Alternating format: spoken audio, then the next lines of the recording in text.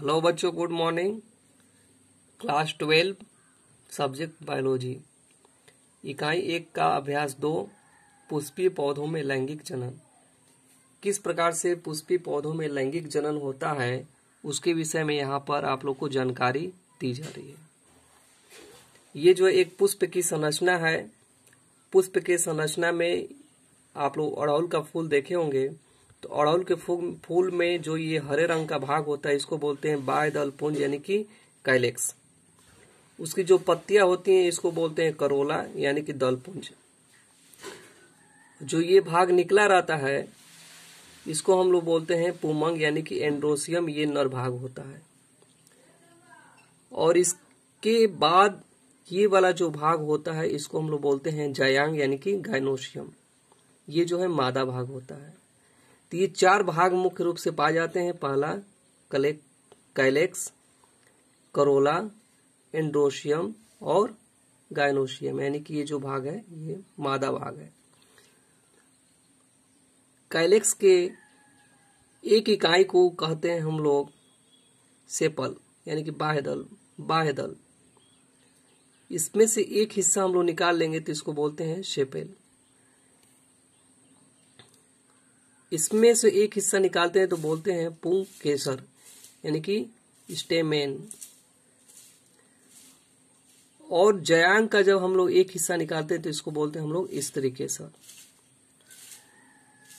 इसके बाद जो ये पुमंग होता है यानी कि एंड्रोसियम होते हैं, इसमें जो ये वाला हिस्सा होता है इसको बोलते हैं पुतंतु यानी कि फिलामेंट।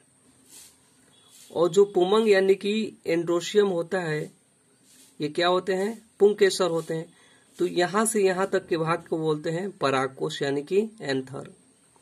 एंथर में जो है पराग कण बनते हैं, नर युग्मक। एंथर में जो क्या बनते हैं, पराग कण यानी कि नर युग्मक। कहाँ बनते हैं, तो एंथर में बनते हैं। ये वाला जो हिस्सा होता है गाइनोसियम यानी कि जयांग का होता है, मादा का होता है। तो ऊपर वाले हिस्से को बोलते हैं वर्तिकाग्र यानी कि स्टेग्मा। और यहां से यहां तक के भाग को बोलते हैं हम वर्तिका यानी कि स्टाइल। और जो ये अंदर का भाग होता है इसको बोलते हैं अंडाशय यानी कि ओवरी। और ये वाला जो हिस्सा होता है इसको बोलते हैं बीजांड यानी कि ओव्यूल्स। और बीजांड के अंतर्गत जो है अंड कोशिकाएं या मादा युग्मक पाई जाती हैं। तो मादा युग्मजन कहाँ पाए जाते हैं, तो बीजांड के अंतर्गत पाए जाते हैं। परागकोश कहाँ पाए जाते हैं, तो परागकोश पाए जाते हैं। पराग कण कहाँ पाए जाते हैं, तो परागकोश के अंतर्गत पाए जाते हैं परागकण। इसमें 2 सहायक अंग होते हैं, सहायक चक्र यानी कि बाह्य दलपुंज, और दलपुंज जो है जनन करने में सहायता प्रदान करता है।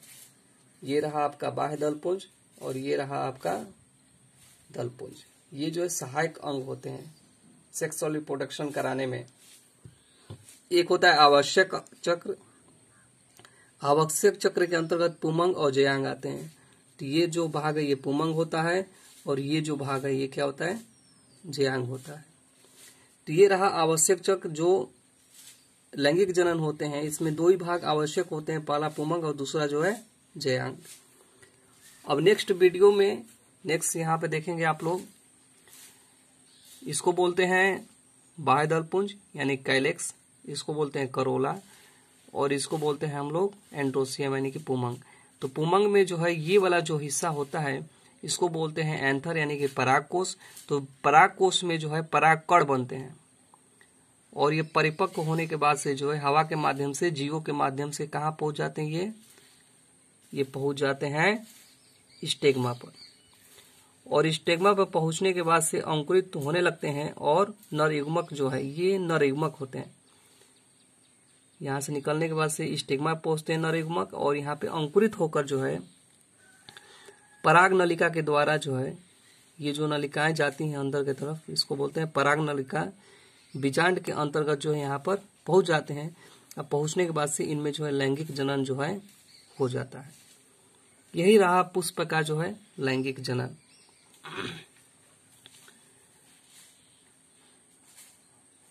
इसके बाद से आगे आप लोग को पुमंग के विषय में एक एक जो है जो इसमें इम्पोर्टेंट चीजें हैं उसको हम बताएंगे। तो नर भाग जो है पुमंग कहलाता है। पुमंग यानी कि एंड्रोसियम कौन सा भाग कहलाता है? तो नर भाग होता है। यहाँ पे आप लोग चित्र के माध्यम से देखेंगे कि ये जो भाग है ये जो है एंड्रोसियम है यानी कि नर भाग होता है। तो यहाँ पे आप लोग देखेंगे तो ये पूरा हिस्सा जो है पुंकेसर है, ये वाला हिस्सा पुंकेसर, इसको बोलते हैं पुतंत फिलामेंट। परागकोश है यहाँ पे, इसको बोलते हैं परागकोश। परागकोश में जो है परागकण पाए जाते हैं। इसमें लघु बीजाणुधानी या परागकण जो होता है, लघु बीजाणुधानी के द्वारा जो रिप्रोडक्शन होता है, इसके अंतर्गत जो है माइक्रोस्पोरोजेनेसिस यानी कि लघु बीजाणु का निर्माण होता है। तो किसके अंतर्गत जो होता है? इसके अंतर्गत होता है। इसमें जो है 4 प्रकार के प्रकोष्ठ पाए जाते हैं।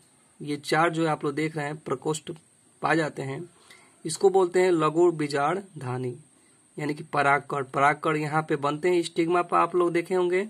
इसमें 4 जो है प्रकोष्ठ पाए जाते हैं। कितने प्रकोष्ठ पाए जाते हैं? 4। तो इसके विषय में जो एक प्रकोष्ठ के विषय में जो हम लोग अध्ययन करेंगे, इसी के विषय में क्या करना है? अध्ययन करना है। तो आगे के देखेंगे वीडियो में।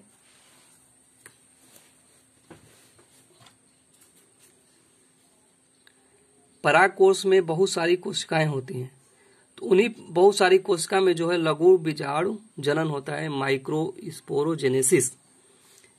तो माइक्रोस्पोरोजेनेसिस के अंतर्गत जो है अधोस्तरीय कोशिका पाई जाती है। एक होता है अधोस्तरीय कोशिका। तो अधोस्तरीय कोशिका आकार में बड़ी होगी, और ये जो आकार में बड़ी होती है तो प्रपोषक कोशिका बनाती है। और जो प्रपोषक कोशिका है ये विभाजित होकर जो है समसूत्री विभाजन के द्वारा जो है प्राथमिक भित्ति कोशिका बनाती है। और दूसरा जो है प्राथमिक पुमंग बीजाणु जनन कोशिका का निर्माण करती है। यानी कि जो अधोस्तरीय कोशिका है यह आकार में बड़ी होगी, और बड़ी होने के बाद से प्रपुष्प कोशिका बनाएगी, और प्रपुष्प कोशिका जो है समसूत्री विभाजन के द्वारा जो है प्राथमिक भित्ति कोशिका का निर्माण होगा। इसके बाद प्राथमिक पुमंग बीजाणु जनन कोशिका का निर्माण करेगी।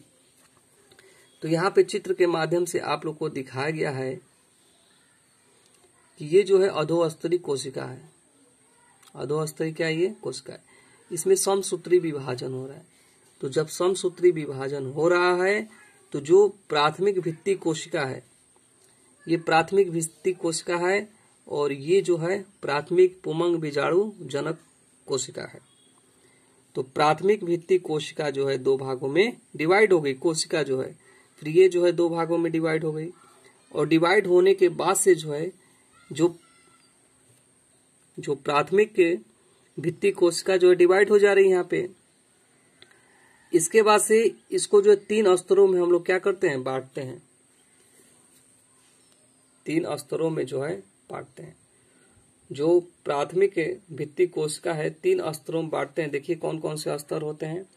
पहला जो है बाह्य स्तर, दूसरा जो है मध्य स्तर। तो जो मध्य स्तर होता है 1 से 3 लेयर का होता है, और जल्द नष्ट होकर परागकण को पोषण जो है प्रदान करता है।